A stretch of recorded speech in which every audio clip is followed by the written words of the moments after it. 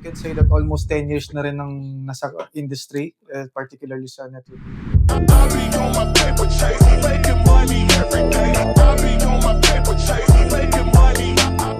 Yan, tapos lang natin mag-verify ng mga task natin for meeting tomorrow. So, kamusta naman yung ano mo dito sa sa Hong Kong? Okay naman kasi actually second time ko na dito 'no. Ang napansin ko lang talagang yung ibang culture ng mga taga Hong Kong.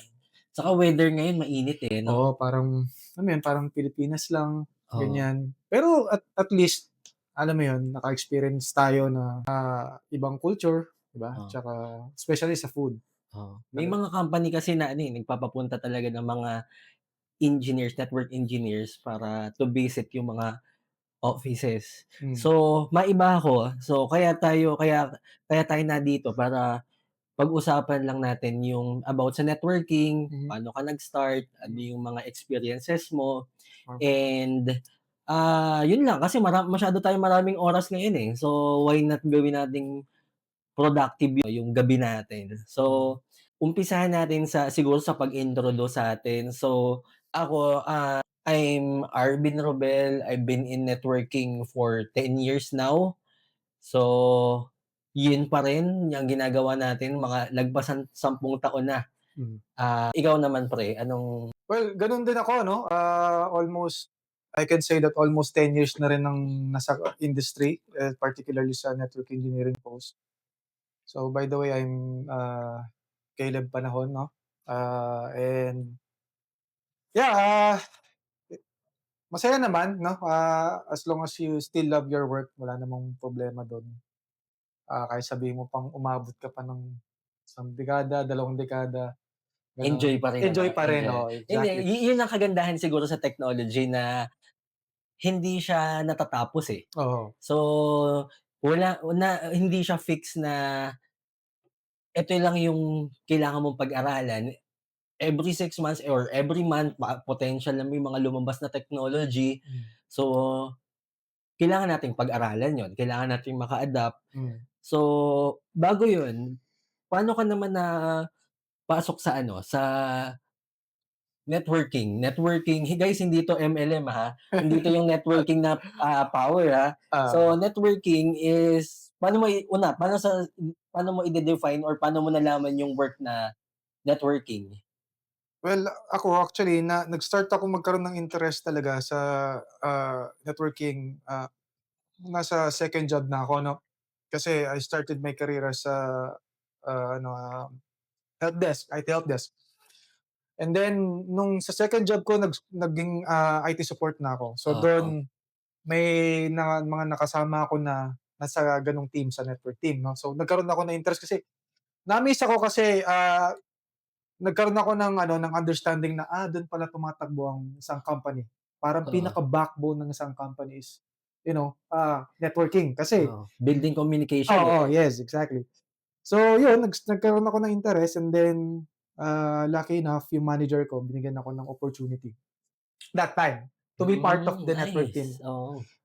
Nag-start siya unofficially member, and then eventually, winork out ko yung, yung position. So, parang ano talaga, from help desk guys, sa hindi nakakaalam, tinatawag nating help desk or tech support Mhm. or ano pa ba, marami, endpoint Yes, gano'n. engineer. Mhm. So, more on focus sila sa mga desktop, Mhm. laptop, Mhm. troubleshooting ng mga or let's say first level support facing sa client Yes, na oo. related na sa mga, computer peripherals, Mhm. Yeah, mouse, yeah, gano'n. deployment, eh. So, paano mo dun sa pag-jump mo na yun, gaano ka katagal nag-helpdesk? Matagal din, siguro mga 2 years, 3 years ng Two years, career ko. okay. Then, ano yun, nagsabi ka sa manager mo na gusto mo mag-networking, interesado ka? Well, that time nakakuha na ako ng certificate sa CCNA 'no. So, Oh, meron so nung holder na ako ng CCNA 'no. helpdesk ka pa lang, may CCNA ka Oo, na? nag-bootcamp na ako 'no. That Okay, time sobrang alam mo yun, nag-start palang mag-boom yung gano'ng oo. program. Eto way back ano 'to, anong year 'to? 20 ano yun, 13. Yeah, 2013. So, 2013. almost magkasabay lang tayo kasi ako 2014. Sa end ko naman gano'n din. Ah, Ah, nag-start ako nag-start ako help desk din, pero as intern. mhm, So, during nun dun na din ako na-expose sa field, sa IT field. mhm, So, help desk ako nun sa puwede ko ba sabihin? Puwede siguro kasi matagal ano yun, BPO company, mhm. tele for 4 months. So, intern ako dun for ilan ba yung months ang intern? 4 months?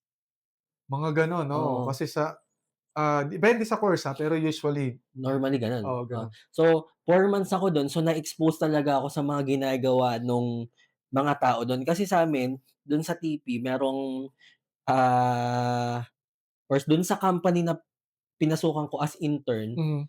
magkakasama kasi yung sa isang room, 'di ba? Oo, usually Oh, gano'n kasi. help Oo, desk, oo. network, Ah, server, database. mhm, So, lahat ng grupo na dun. mhm, Sabi ko, nung habang nag-i-inventory kami ng ano, ng network or mga computer, equipment, so like mga keyboard, ini-inventory namin 'yun, ang daming oo, keyboard kasi nasa nun. BPO ka sobrang Oo. dami ng PC do'n, 'di ba? So Kasi puro agent, 'di ba?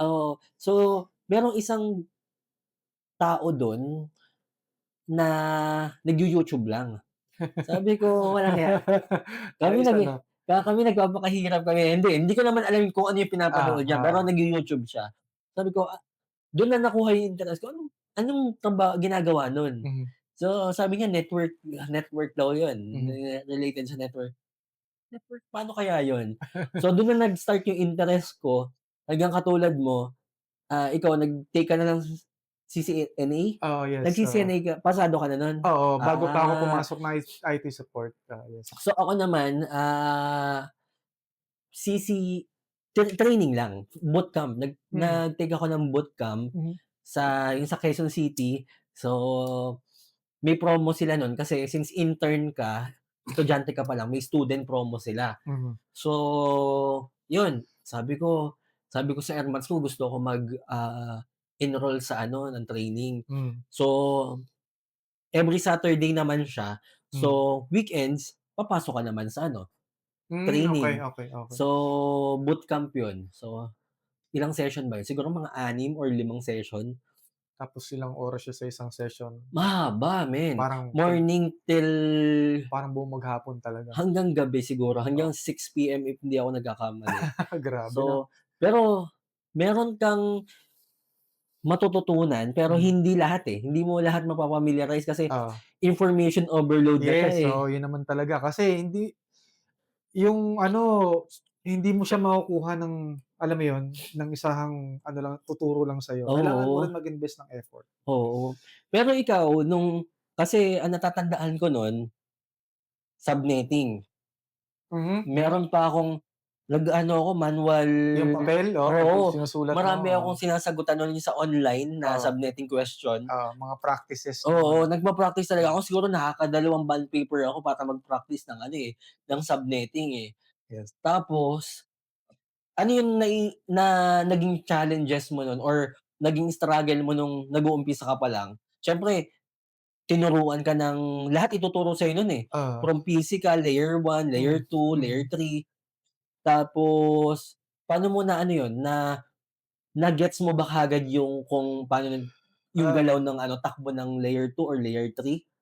well, yun nga 'no, 'pag kasi pumasok ka sa isang bootcamp, nga sabi mo nga, normally sa bootcamp, fast-paced kasi yung pagtuturo ng instructor, kagaya Oo, nung na-experience ko. So, hindi lahat ng, yun ano, yung, topic is naintindihan mo at that time. So, yun nga, nag-spend pa ako ng another, few weeks para balikan yung mga tinuro ng instructor at tingin ko pinaka naging challenge ano, is ah, yung imaginin mo yung real world setup ng hindi ka pa napupunta sa gano'n. 'Di ba usually kasi, ah, sabi nga nila experience is the best teacher, 'di oo, ba? totoo yan Pero na pero totoo. after bootcamp hindi ka naman agad na-hire, 'di ba? Mm, So nagta-try ka pa, naghanap ka pa ng company na willing mag-accept sa'yo oo, para alam mo yun, practicehin yung kung ano yung matututunan mo. So, yun. So, tingin ko yun ang pinaka naging challenge kasi,